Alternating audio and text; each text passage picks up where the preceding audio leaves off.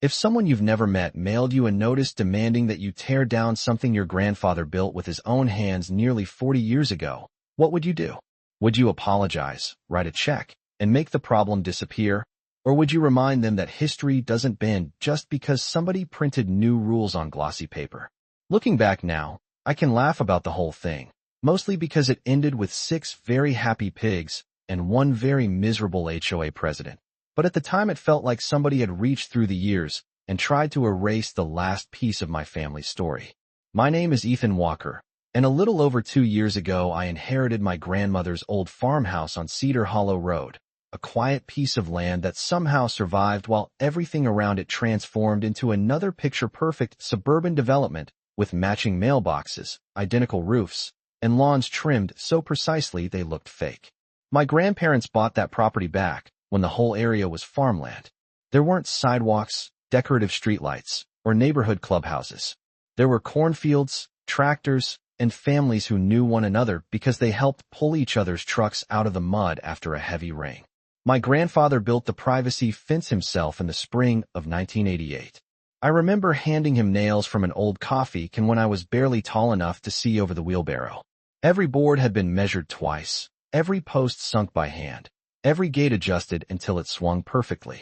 By the time I inherited the house, the fence had definitely seen better days. The cedar boards had weathered into that soft silver gray color only time can create. A couple of planks had warped, birds nested in the corners every spring, and if you looked closely you'd find tiny initials my cousins carved into one section decades ago. It wasn't beautiful by modern neighborhood standards, but it was sturdy, legal, and full of memories. I spent my first few weeks cleaning the house, sorting through family photographs, and deciding what needed repairs. Then one afternoon I opened my mailbox and found an envelope stamped with the words "Immediate Compliance Notice." At first I assumed it had been delivered to the wrong address. That assumption lasted about 15 seconds. According to the letter, my fence violated the community's architectural standards, diminished neighborhood property values, and had to be replaced within 30 days with an approved ornamental aluminum fence installed by one of their preferred contractors. Failure to comply would result in daily fines, legal action, and removal at my expense. I actually laughed out loud standing in my driveway, because the whole thing seemed ridiculous. I'd never joined an HOA. I'd never signed any agreement. Nobody had even introduced themselves since I'd moved in. So I figured a simple phone call would clear everything up. It didn't. The woman who answered introduced herself as Denise, the community association manager. She had one of those perfectly polished customer service voices that somehow sounded rude, even while saying please and thank you.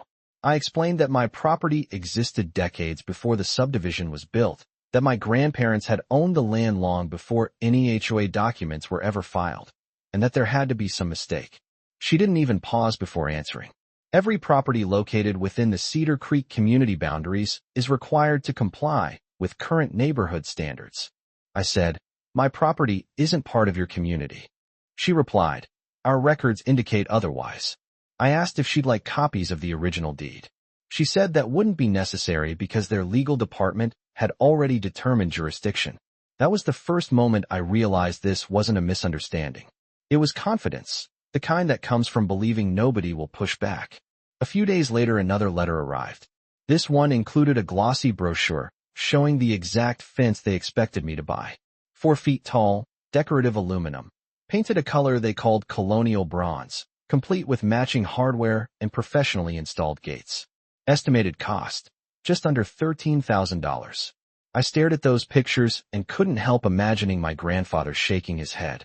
He didn't build fences because they looked fashionable. He built them because they lasted. I called Denise again and politely told her I wasn't replacing a perfectly legal fence just because somebody wanted every backyard to look identical. Her tone changed instantly. "Then the fines will begin tomorrow." They weren't bluffing. $50 a day. Within 2 weeks, another certified letter informed me they'd recorded paperwork against my property and were exploring additional legal remedies if I continued refusing compliance. Friends started telling me I should just replace the fence because fighting an HOA was expensive. Maybe they were right. If I had been an ordinary homeowner with nothing but a backyard barbecue and a riding mower. The problem for Denise and her board was they made one very bad assumption about me. They saw an old farmhouse and figured I was another guy trying to hold on to the past. What they didn't know was that my real job had spent the last 20 years teaching me every corner of county agricultural law, and before I made my next move, I decided it was time to find out exactly what my property was still legally allowed to become. The next morning, I drove straight to the county planning office with a folder full of old deeds, survey maps, tax records, and every document my grandparents had saved in a filing cabinet that probably weighed more than my pickup truck. I wasn't looking for revenge, not yet. I was looking for facts, because I've learned over the years that emotion loses arguments while paperwork wins them. The woman behind the zoning counter spent nearly 20 minutes digging through archived property files before she finally looked up over her glasses with a little smile. "Well," she said, "this explains why your parcel looks different from everything around it." She turned her monitor toward me and pointed at a line I'd almost missed. Agricultural Residential Grandfathered Classification. That designation was never changed when the subdivision went in, she explained. As far as the county is concerned, your property is still protected under the original agricultural zoning. I asked the question that had already started forming in the back of my mind. Hypothetically, what exactly can someone do on agricultural residential property? She laughed. Depends how much land you have and whether you follow setback requirements, sanitation regulations, and animal limits. I leaned a little closer. Livestock? She nodded. Absolutely. I asked again. Even if the neighbors don't like it? She smiled a little wider. The law doesn't require neighbors to like agriculture. That sentence stayed with me the entire drive home. Now, I wasn't planning to make anybody miserable just for the fun of it. Believe it or not, I actually like getting along with people. My grandparents raised me to wave at neighbors, shovel an elderly person's sidewalk before my own, and return borrowed tools cleaner than I received them. But there comes a point where somebody mistakes kindness for surrender, and Denise had crossed that line weeks earlier. Before doing anything, I called a county livestock inspector, invited him out to the property, and asked him to walk the entire backyard with me. We measured every setback, checked drainage, discussed waste management, fencing requirements, and shelter placement. I wanted every single detail documented before a single animal ever stepped onto that property.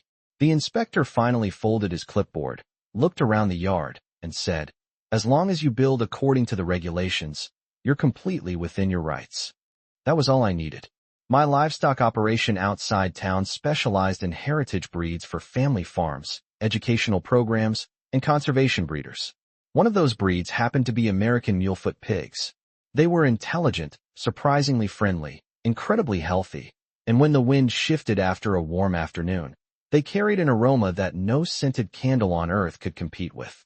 I selected 6 of my calmest breeding animals, not because they were the smelliest, but because they were gentle enough that neighborhood kids could safely watch them from a distance without any concern. If I was going to prove a point, I wasn't going to do it recklessly. I built the enclosure exactly as approved. Every post was straight. Every board was level. Fresh straw covered the ground. Automatic waterers were installed. Shade structures were anchored.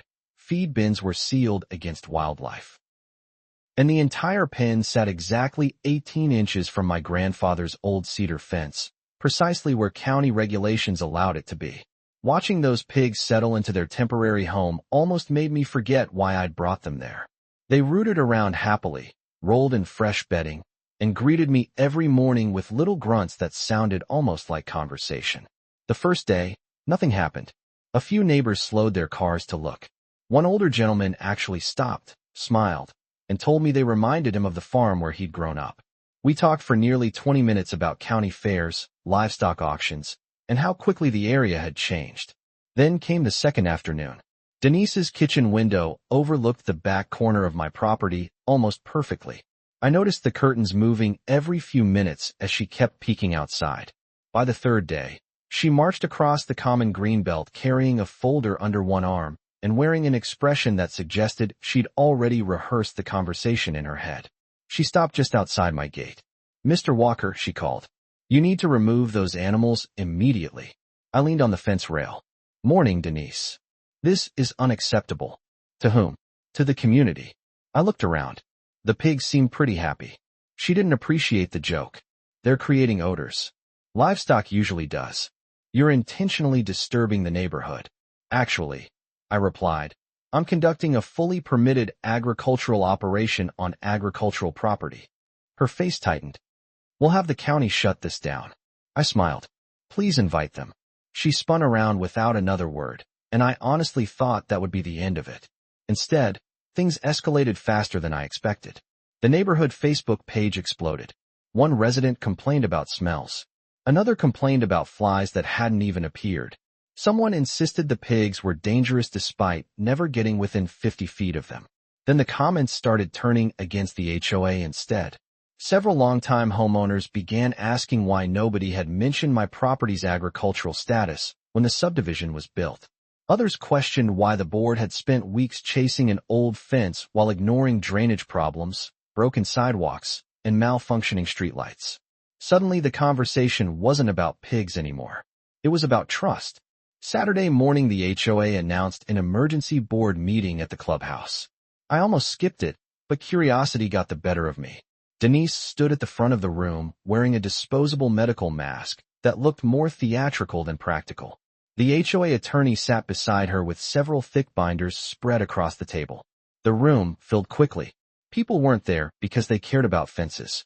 They wanted entertainment. Denise opened with a dramatic statement about preserving neighborhood quality of life before pointing directly at me. This homeowner has intentionally created a nuisance to retaliate against the association. I stood up slowly. No, ma'am. I exercised rights that existed long before this association did.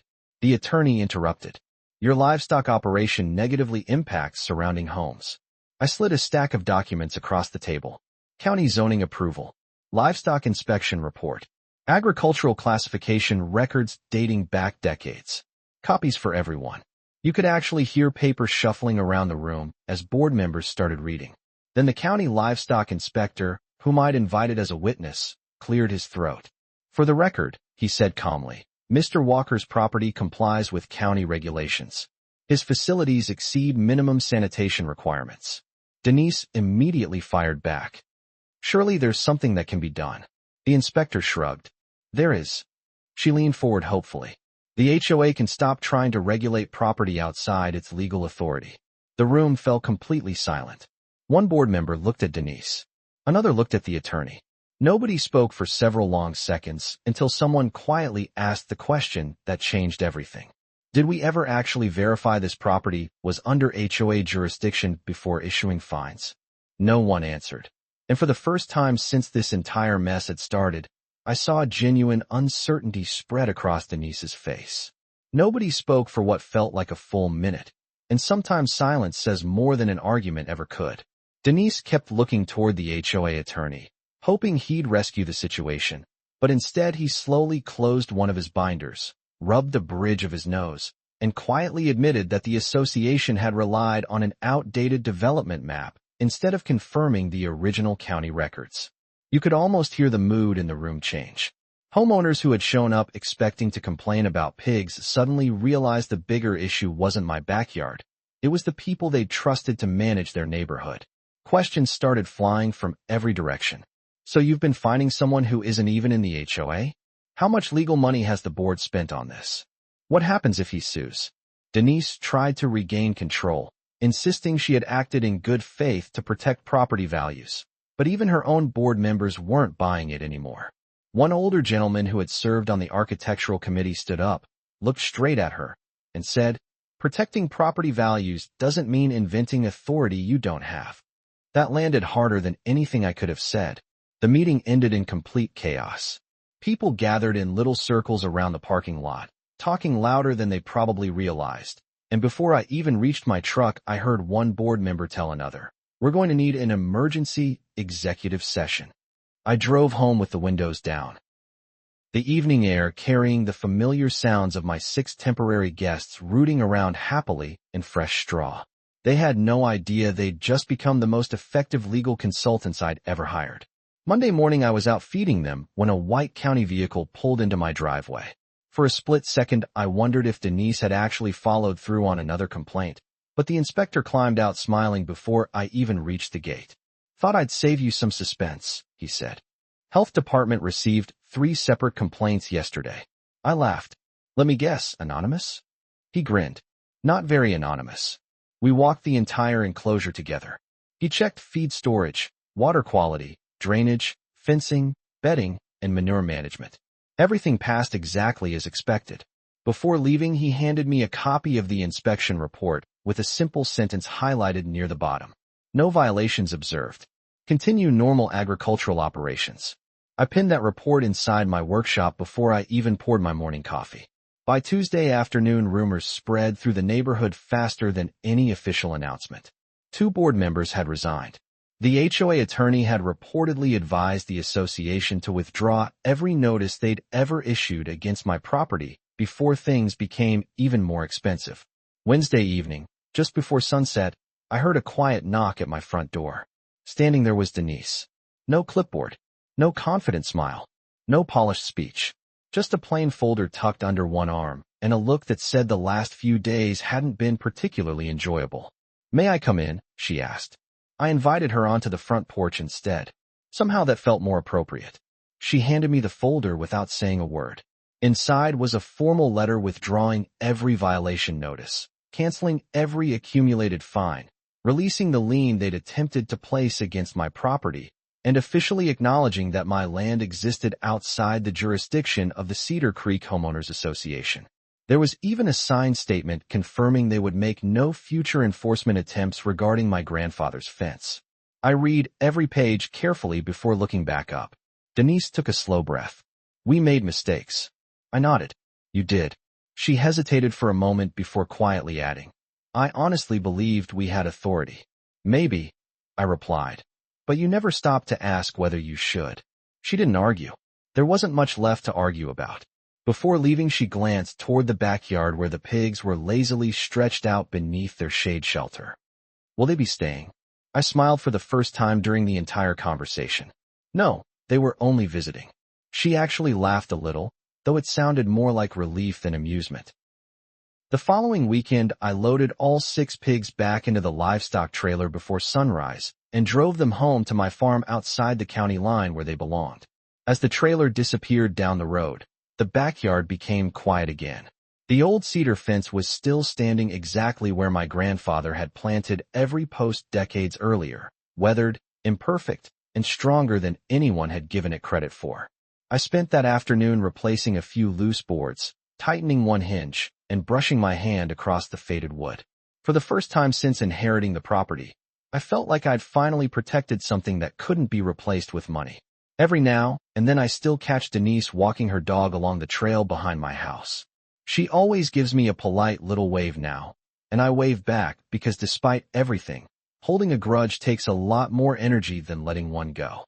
The funny part is that several neighbors I've gotten to know since then have admitted they were secretly cheering for me the whole time. Some even thanked me for standing up to a board that had slowly forgotten the difference between serving a community and controlling one. Looking back, this story was never really about pigs or fences or even an HOA. It was about remembering that rules only matter when they're built on truth, and authority only deserves respect when it respects the people it's supposed to serve. My grandfather used to tell me that good fences don't just make good neighbors, honest neighbors do. I didn't fully understand what he meant until all of this happened, and every time I walked through that old wooden gate, I think he would have gotten a good laugh out of the whole thing. Now I'm curious what you think. If you had been in my position, would you have fought the HOA the same way, or would you have replaced the fence just to keep the peace? Let me know down in the comments because these neighborhood battles are rarely as simple as they look. And if you enjoy real stories about property rights, small-town justice, and people standing their ground when they're pushed too far, don't forget to like the video, subscribe to the channel, and I'll see you in the next story.